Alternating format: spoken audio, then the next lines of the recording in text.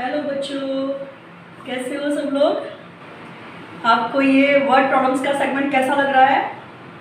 Start की थी हमने लास्ट क्लास में, हमने जो फ्रैक्शन के क्वेश्चन कराए थे ना, वो आपको समझ आए या नहीं आए।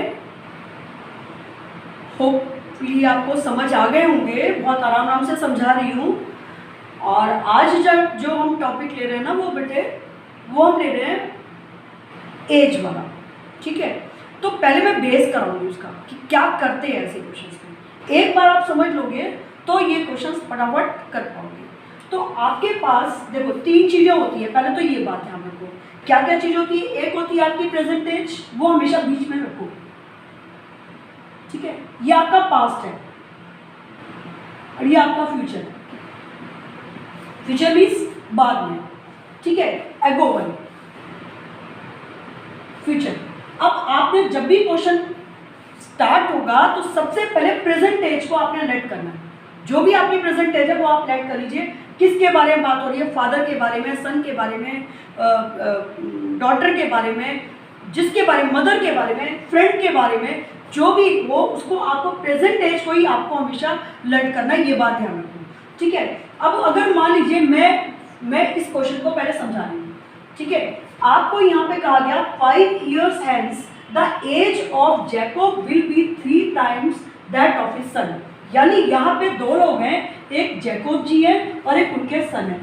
दो लोग हैं, जैकोब कौन है, उनके फादर है, और सन है उनके, है ना। सन उनके जो है वो Jacob will be 3 times that of his son. Son का नाम नहीं दिया है, बस केवल जैकोब के बारे में दिया है कि जैकोब जो है फादर है और वो क्या है 5 years hence। hence मीन्स क्या होता है, बाद में। यानी ये 5 साल के बाद 5 years hence the age of Jacob will be 3 times that of his son। इसका मतलब हमने पहले प्रेजेंट एज ऑफ जैकोब मान ली x, ठीक है। अब सेकंड स्टेप क्या है, वो कह रहा है 5 years hence, hence बने 5 साल के बाद, तो वो कितने हो जाएंगे, x + 5 हो जाएंगे, ठीक है। अब इस एज के बारे में बात हो रही है, इसके बारे में। तो कह रहा है कि 5 years hence the age of Jacob will be 3 times that of his son। अब सन की एज को हमने प्रेजेंट एज को y मान लिया। अब वो कह रहा है कि फादर जो है वो 3 टाइम्स होंगे। जैसे मान लीजिए मैं 30 years की हूँ और मेरा जो सन है वो 10 years का है, तो मैं ये कहूँगी कि 5 साल के बाद आफ्टर 5 years क्या हो जाएगा, मैं 30 + 5 हो गई और ये 10 + 5 हो गया दोनों। क्योंकि ऐसा तो नहीं हो सकता कि मेरी एज बढ़े और मेरे सन की ना बढ़े, ऐसा तो नहीं होगा। तो एज जब बढ़ रही है 5 years, जैसे ही मेरे पास बढ़ आता है 5 years hence, तो फादर भी 5 years ऐड हो जाते हैं और सन भी 5 years ऐड हो जाएगा। दोनों में 5 year हमने ऐड कर दिए, ठीक है। ये बात बहुत इंपॉर्टेंट है कि फादर और सन दोनों की एज में 5 years ऐड होंगे अगर वो कहता है 5 years hence, ठीक है। यहाँ पर आ गए। अब क्या बोल रहे हैं यहाँ पे, वो कहते हैं कि जैकोब विल बी 3 टाइम्स। अब जैकोब जो थे वो यहाँ थे और ये यहाँ पर थे, ठीक है। उसने बोला ये कौन है, ये फादर है और ये सन है। अगर आप एक बात बताओ, जब हम कोई चीज़ तराजू के अंदर तोलते हैं, मीन्स हम किसी सब्जी वाले से सब्जी खरीदते हैं, तो जब सब्जी खरीदते हैं तो जो चीज़ ज़्यादा होती है वो हमेशा नीचे रहती है और जो कम होती है वो ऊपर रहती है। अब ये और अब वो जब तक ये बराबर नहीं होंगे, क्योंकि हमारे जो चैप्टर का नाम था वो था pair of linear equation in 2 variable, और उसमें हमारे पास pair of linear equation means क्या होता है, इक्वल होना, बैलेंस होना। यानी हम जब इक्वेशन बनाते हैं तो इनके बीच में बैलेंस बनाना है। तो जब हम कोई चीज़ तराजू में तोलेंगे, जो हैवी चीज़ होगी वो यहाँ होगी। अब हमेशा ये पता है कि फादर की एज अधिक होती है, वो हैवी होते हैं, यहाँ होते हैं, नीचे होते हैं। तो क्या करोगे, आप सन को, अब वो कह रहा है father is 3 times 5 years hence the age of Jacob will be 3 times। यानी ये 3 times है, ये नीचे जा रहे हैं, तो आप क्या करोगे, सन को 3 से मल्टीप्लाई कर दोगे, दोनों इक्वल हो जाएंगे। बस उल्टा रिलेशन होता है, जो चीज़ हैवी है वो नीचे है। हमें इसको, अगर वो कह रहा है कि भाई ये बैलेंस करना है, तो आप इसको 3 से मल्टीप्लाई कर दो, दे बोथ बिकम्स इक्वल, या इसको 3 से डिवाइड कर दो तो ये ऊपर आ जाएगा। डिवाइड करने का मतलब अगर हम वहाँ पे पोटैटोस खरीदने गए और पोटैटोस जो है वो हैवी वेट है, वो नीचे जा रहा है। अब अगर मुझे बैलेंस करना है तो यहाँ से पोटैटोस को यहाँ पे निकालने पड़ेंगे या इस वाले में कुछ और डालना पड़ेगा जिससे कि उनका बैलेंस जो है वो इक्वल हो जाए। सेम प्रोसीजर हम यहाँ पे अप्लाई करते हैं। उस चीज़ को ध्यान रखें कि हमें इन दोनों के बीच में इक्वल का रिलेशन बनाने के लिए, अगर वो कह रहा है फादर 3 टाइम्स है तो आप सन को 3 से मल्टीप्लाई कर दीजिए। अगर वो कह रहा है फादर इज 1/3, तो आप फादर को 1/3 करने के बदले अब जरा देखिए फादर को 1/3 क्या इसका मतलब क्या हुआ बताती हूँ। आपने 5 दोनों में ऐड कर दिया। उसने कहा फादर जो है, फादर तो 1/3 नहीं हो सकते, मेरे मुंह से गलत वर्ड मिल गया, सन जो है वो 1/3 हो सकता है फादर का। तो यहाँ पर आपका ये आ गया, फादर जो थे वो ये हो गए, सन जी ये हो गए। अब क्या बोल रहा है कि फादर जैकोब इज 3 टाइम्स, तो जैकोब अगर 3 टाइम्स है तो आपने सन को 3 से मल्टीप्लाई कर दिया, ठीक है। ये सन जी थे, ये फादर जी थे, तो सन को 3 से मल्टीप्लाई कर दिया। अब दोनों के बीच में क्या आ गया, इक्वल का बैलेंस हो गया। दैट्स ऑल, हमारी फर्स्ट कंडीशन कंप्लीट हो गई। मल्टीप्लाई करके इधर ले आइए। सेकंड कंडीशन क्या है, अब क्या बोल रहा है, 5 years ago, एगो माने क्या होता है, पहले की बात, ठीक है। अब 5 years ago, तो अगर प्रेजेंट एज एक्स थी तो एगो मीन्स पहले, मीन्स 5 हो गए, ये भी कम हो गए, क्योंकि 5 साल पहले तो फादर भी 5 years कम हो जाएंगे और सन भी 5 years कम हो जाएंगे, तो दोनों को हमने 5 years कम कर दिया, ठीक है। बात समझ आ गई। अब क्या बोल रहा है, 5 years ago Jacobs was 7 times that of his सन। अब की बात 5 साल पहले, 5 years ago फादर जो थे वो 7 टाइम थे, फादर को नीचे जा रहे हैं वो 7 टाइम्स। अब की बात बैलेंस और थोड़ा नीचे है, आप क्या करोगे, इसको 7 से मल्टीप्लाई करो, बोथ बिकम्स इक्वल। ये किसको शो कर रहा है, ये सन को शो कर रहा है। तो हमने क्या देखा, हमने फिर दोबारा बैलेंस बनाने के लिए यहाँ पे रखा फादर को, यहाँ पे रखा है सन को। अब क्या कह रहा है, फादर 7 टाइम्स है तो सन को अगेन 7 से मल्टीप्लाई कर दिया, now they both becomes equal. तो बस इस तरह से हमारी 2 इक्वेशंस बनानी होती हैं और उनको फिर आप जो मेथड आपको अच्छा लगे, जिसमें आप पूरी तरह से कॉन्फिडेंट हैं, उस मेथड को फॉलो करके आप उनकी एजेस को निकाल सकते हो। और इन क्वेश्चंस को हमें इग्नोर नहीं करना होगा, क्यों, क्योंकि ये वर्ड प्रॉब्लम्स हमारे 4 मार्क का एक क्वेश्चन होता है, तो आपको सीखना ही है, ठीक है। तो अब देखें लिखने का तरीका क्या होता है इसमें। हमारे पास सबसे पहले ये ऐसे प्रेजेंट फ्यूचर नहीं लिखते हैं, हमें लिखने का जो मेथड है वो ध्यान रखना पड़ेगा। हमने कहा भाई let present age of Jacob is equals to में एक्स और यहाँ पे ईयर्स, ठीक है, हमें पता नहीं वो कितनी है, ठीक है। Let present age of son equals to में वाई ईयर्स। अब फर्स्ट वर्ड है 5 years hence, तो आप लिखोगे 5 years hence और इसको अच्छा सा हाईलाइट कर दिए कि 5 साल बाद की बात कर रहे हैं। अब क्या हुआ, 5 साल के बाद क्या हुआ कि जैकोब्स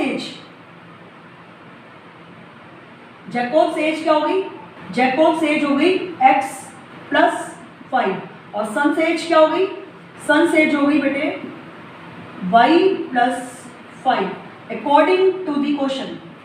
अब अकॉर्डिंग टू द क्वेश्चन आप बताइए, Jacob will be 3 times that of his son. Jacob 3 times है तो जैकोब जी 3 टाइम्स हैं, तो आप सन को 3 से, आपने पहले इसको ऐसे लिखा और इसको ऐसे लिखा, यहाँ पे बीच में इक्वल। आप अब देखो बैलेंस बनाने के लिए वो कह रहा है जैकोब 3 टाइम्स है तो आपने सन को 3 से मल्टीप्लाई कर दिया, ठीक है। क्या हो गया, x + 5, यहाँ पर 3y + का 9, तो x माइनस के 3y और 9 में से 5 को सब्ट्रैक्ट करने पर 4 बिकम्स योर इक्वेशन नंबर 1 बन गई। बस बन गई इक्वेशन 1। अब सेकंड कंडीशन पर आते हैं, 5 years ago, तो अब अगेन नेक्स्ट स्टेटमेंट पर लिखेंगे 5 years ago। सेकंड स्टेटमेंट क्या बोल रहा है, Jacobs was 7 times that of his सन। अब उसने बोला 5 years ago, तो सबसे पहले तो एगो की कंडीशन को लगाएंगे ना कि एगो मीन्स पहले, यानी दोनों में 5 years हमने कम कर दिया और यहाँ पे ईयर्स लिख दिया करो, थोड़ा सा अच्छा सा इंप्रेशन पड़ता है, याद 5 years ये हो गया। अब क्या बोल रहा है, वो कहता है 5 years ago Jacob's age was 7 times that of his son। तो पहले दोनों को इक्वल में यहाँ पर अकॉर्डिंग टू द क्वेश्चन लिखिए और यहाँ पर x - 5 और y - 5 को रखिए। उसके बाद क्वेश्चन को रीड करिए कि भाई ये जैकोब जी है और ये सन है और वो कह रहा है Jacob age was 7 times of that of his son, यानी जैकोब 7 टाइम्स है तो आप सन को 7 से मल्टीप्लाई कर दीजिए, बस हो गया, ठीक है। अब क्या करें, x - 5 7y माइनस के 7 × 5 = 35, ठीक है। तो x - 7y is equals to minus के 35 और प्लस के 5। So what we get today, x - 7y is equals to -30। This becomes your equation number 2। तो आपकी फर्स्ट इक्वेशन हमारी यहाँ से आपकी वीडियो में होगी, वो फर्स्ट और सेकंड इक्वेशन आपके पास मिल चुकी है, दोनों को सॉल्व कीजिए, बस आंसर आ जाएगा। तो ये आपकी एजिस के क्वेश्चन हुए। अब इसका सेकंड क्वेश्चन और दिखाती हूँ जिससे ये पूरे क्वेश्चन आपको अच्छे से समझ आ जाएंगे। ठीक है बेटा, आराम से 1-2 बार वीडियो को चलाओ। कोई क्वेश्चन होगा वो एक बार नहीं समझ आ रहा तो दूसरी बार चलाओगे तो आपको जरूर समझ आ जाएगा। ठीक है, वर्ड प्रॉब्लम्स थोड़ा सा दिमाग चलाना पड़ता है बट इजी होती है। ठीक है, तो चले नेक्स्ट क्वेश्चन पर। और वो क्या था बेटे, आपकी ये सारी एनसीईआरटी बुक के क्वेश्चन है बेटे, देख लेना एक बार। हाँ, अगर वो कहता है स्पेशली मेंशन कर दे do it by substitution, do it by cross multiplication या do it by equating method, तो वही आप अप्लाई करिए और नहीं तो आपके मार्क्स कट जाएंगे। ठीक है, अब हम आते हैं नेक्स्ट पे। फिर दोबारा से बात हो रही थी 5 years ago। अब कौन कौन लोग हैं आपकी बार, नूरी है और कौन है, सोनू है। ठीक है, तो अब नूरी को अभी मैं समझा रही हूँ, नूरी की एज को मैंने मान लिया x है और सोनू की एज को मैंने मान लिया वो y है। ठीक है, y ईयर्स अभी लिखवाते समय लिखेंगे बट आपको समझनी है। ठीक है, अब क्या बोला वो, ये बोलता है 5 years ago। एगो मीन्स क्या होता है, पहले माने अब ये किसकी बात हो रही है, पास्ट की बात, पहले की बात हो रही है ना। ठीक है, तो क्या होगा, 5 साल पहले 5 years ago, तो ये क्या हो गई x - 5 और y - 5, दोनों की एज 5 years हमने कम कर ली। 5 years ago Noori was thrice as old as Sonu. अब देख लीजिए नूरी कौन है, नूरी उनकी मदर है, तो नूरी जो है वो 3 times थी, थ्राइस मीन्स 3 times थी। तो आप फिर बैलेंस बनाएंगे, यहाँ पर x - 5 और यहाँ पर y - 5। नूरी 3 times है, थ्राइस है, तो सोनू जी को हम 3 से मल्टीप्लाई कर देते हैं, दोनों इक्वल हो गए, हो गया काम। सेकंड बात पे आते हैं, वो कह रहा है 10 years later। 10 years later means बाद में, 10 साल के बाद। अब 10 साल के बाद क्या हुआ, 10 years later माने x + 10 और y + 10 हो गया। अब क्या करें, 10 years later Noori will be twice as old as Sonu, यानी नूरी ट्वाइस हो गई। नूरी कौन थी, चाहे रिलेशनशिप क्या है मदर और उनका है, लेकिन नूरी और जब सन लिखा हुआ है, Noori was thrice as old as Sonu, तो सन 1 नहीं लिखा है पर हमें पता है कि भाई जो रिलेशनशिप दिया उसके अकॉर्डिंग उसने बोला 10 years later, 10 साल के बाद, तो 10 साल बाद हमने ये दोनों लिख दिया। Noori will be twice, Noori twice है, तो अगर नूरी ट्वाइस है तो पहले यहाँ पे x + 10 लिखा और यहाँ पर y + 10 लिखा। नूरी किसको इंडिकेट करता है, x को। नूरी ट्वाइस है, अगर ये ट्वाइस है मीन्स ये ट्वाइस है मीन्स हैवी है तो नीचे जा रही है ना, तो नूरी ट्वाइस है तो हमने किसको मल्टीप्लाई कर दिया, सोनू को 2 से मल्टीप्लाई कर दिया। अब आपके पास 2 इक्वेशन बन गई, 2 इक्वेशन सॉल्व कीजिए और गेट द आंसर। अब लिखने का तरीका वही है, हमने क्या लिखा, हम पहले ऐसे रफ ये फिगर बना लो तो आपके आंसर जो ना वो बहुत जल्दी से निकल आते हैं। तो हमने कहा भाई let Noori's present as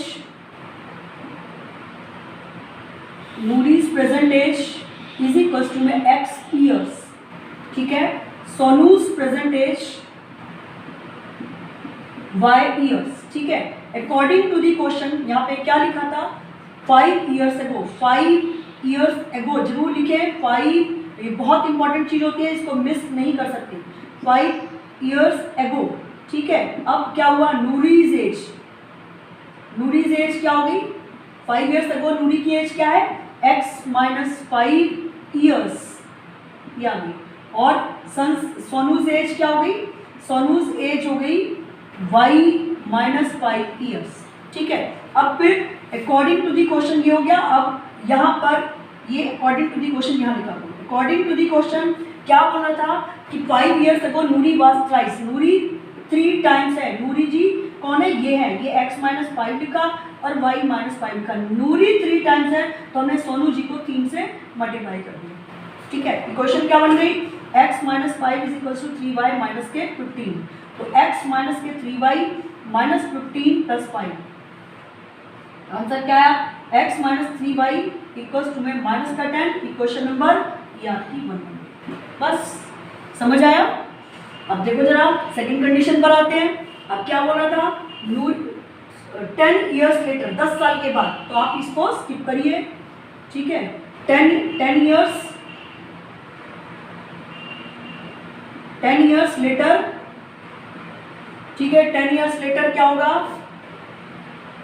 नूरीज as x + 10 और y + 10, ठीक है, नूरीज एज और सोनूज एज। अब क्या करने वाले हो, Noori will be twice as old as Sonu. Noori twice है, नूरी दुगनी है, नूरी ट्वाइस है, दुगनी, दुगनी हिंदी में लिखा होता है दू से गुना, दो से गुना, दुगनी, ट्वाइस, 2 से मल्टीप्लाई। तो हमने देखा अकॉर्डिंग टू दी क्वेश्चन, अब फिर दोनों की एजेस को लिखा x + 10 और y + 10, ये लिख दिया। अब कौन बोल रहा था, Noori will be twice, Noori twice है, नूरी कौन है, ये ट्वाइस है, तो आपने इसको सोनू को 2 से मल्टीप्लाई कर दिया। बहुत सारे बच्चे कुछ छोटी सी गलती करते हैं, यहाँ पे ब्रैकेट यूज नहीं करते और 2 को केवल y से मल्टीप्लाई करते हैं, 10 से नहीं करते। ये सिली मिस्टेक्स नहीं होनी चाहिए, सो आप ब्रैकेट का यूज कीजिए। तो आपके पास इक्वेशन, सेकंड इक्वेशन क्या बन के आ गई, तो x + 10 = में 2y + का 20, तो x - 2y = 20 में से 10 गया, यहाँ पे आ गया 10।